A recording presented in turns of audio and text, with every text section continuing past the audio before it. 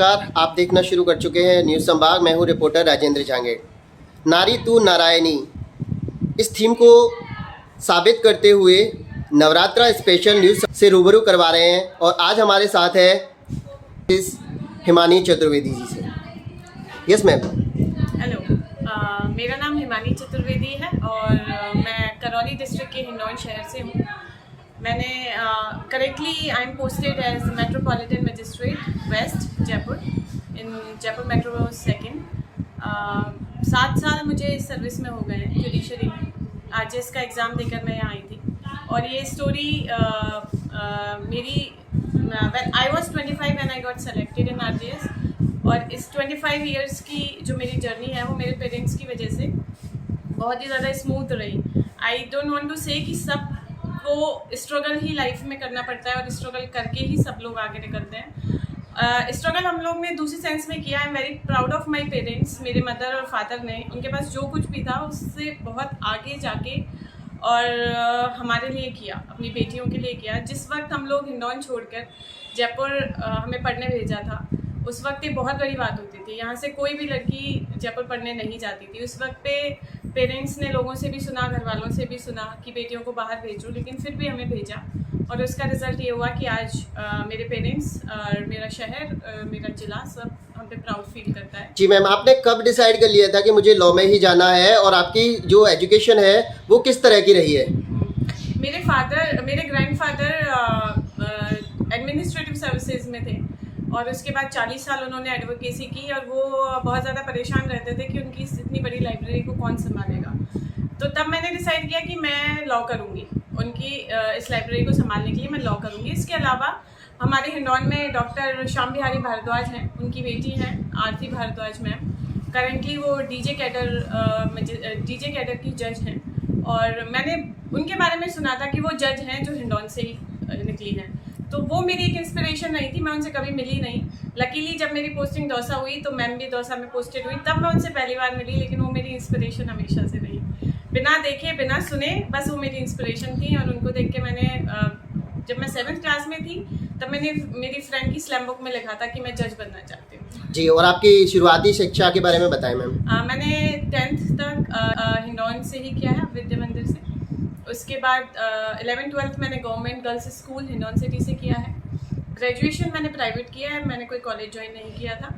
LLB मैंने Banaras Hindu university से की है और उसके बाद LLM मैंने किया है राजस्थान यूनिवर्सिटी लॉ डिपार्टमेंट से। जी, आप फिलहाल अभी आप पोस्टेड हैं?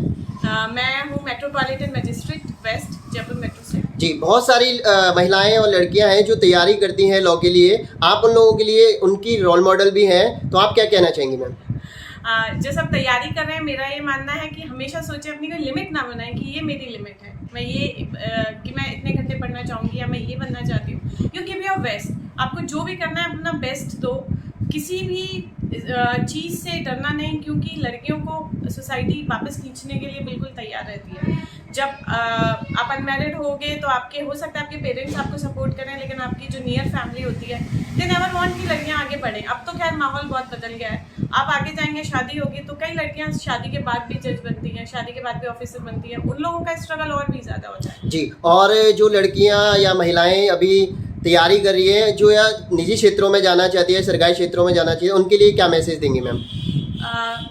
वैसे हमारे यहाँ ये धारणा बनी हुई है कि सरकारी नौकरी ज़्यादा अच्छी होती है, लेकिन मेरा कहना है कि आप जिस भी काम को करें अच्छे से करें। अगर आप सरकार में सर्व कर रहे हैं तो आप सरकार को, जनता को अच्छे से सर्व करें। अगर आप प्राइवेट जॉब कर रहे हैं तो प्राइवेट में आप अच्छे से सर्व करें, उस कंपनी के लिए लॉयल रहें।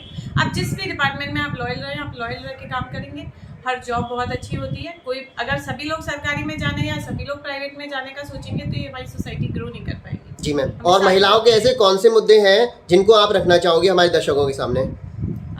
महिलाओं के मुद्दे अब बहुत कम हो गए हैं और बेसिकली जो मैं अपने जॉब में देखती हूँ तो कुछ महिलाएं ऐसी हैं जो शायद लॉ का दुरुपयोग कर रही हैं और उसकी वजह से जो सच में जिन महिलाओं के साथ अत्याचार हो रहा है वो उनको भी नहीं सुना जाता है और उनको भी शक की नज़र से देखा जाता है। तो मैं महिलाओं से यही कहूँगी कि जब सच में आपके साथ गलत हो रहा है तो अपनी आवाज़ उठाइए और कानून का इस्तेमाल गलत चीज़ों के लिए मत कीजिए, बिल्कुल भी मत कीजिए। उससे जो महिलाएं सच में पीड़ित हैं उनको न्याय नहीं मिल पाता है। दिस इज़ माई प्रैक्टिकल तो अपनी आवाज़ उठाइए और कानून का इस्तेमाल गलत चीज़ों के लिए मत कीजिए, बिल्कुल भी मत कीजिए। उससे जो महिलाएं सच में पीड़ित हैं उनको न्याय नहीं मिल पाता है। This is my practical thing जो मैंने देखी है अपनी लाइफ। चलिए, ये आपकी निजी राय रही है। मैम, आपकी जर्नी में और आपकी इस सफलता में आपके पेरेंट्स यहाँ पे मौजूद हैं। किस तरह का सपोर्ट आपको आपके पेरेंट्स ने दिया और किस तरह का सपोर्ट एक पेरेंट्स होने के नाते बच्चों को देना चाहिए?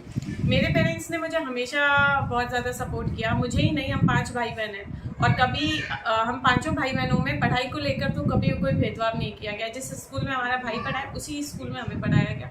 इवन भाइयों से ज़्यादा हमें सुविधाएं दी गई। तो महिलाओं के सशक्तिकरण के लिए मुझे लगता है महिला के सशक्त होने से ज़्यादा इम्पोर्टेंट है कि उसका परिवार उसका कितना साथ दे रहा है। प्लीज़ उन्हें स्ट्रगल ना करवाएं, क्योंकि औरतों में बहुत ज़्यादा ताकत है। अगर आप उन्हें सपोर्ट करेंगे वो आप सोसाइटी को दुगुना देंगे।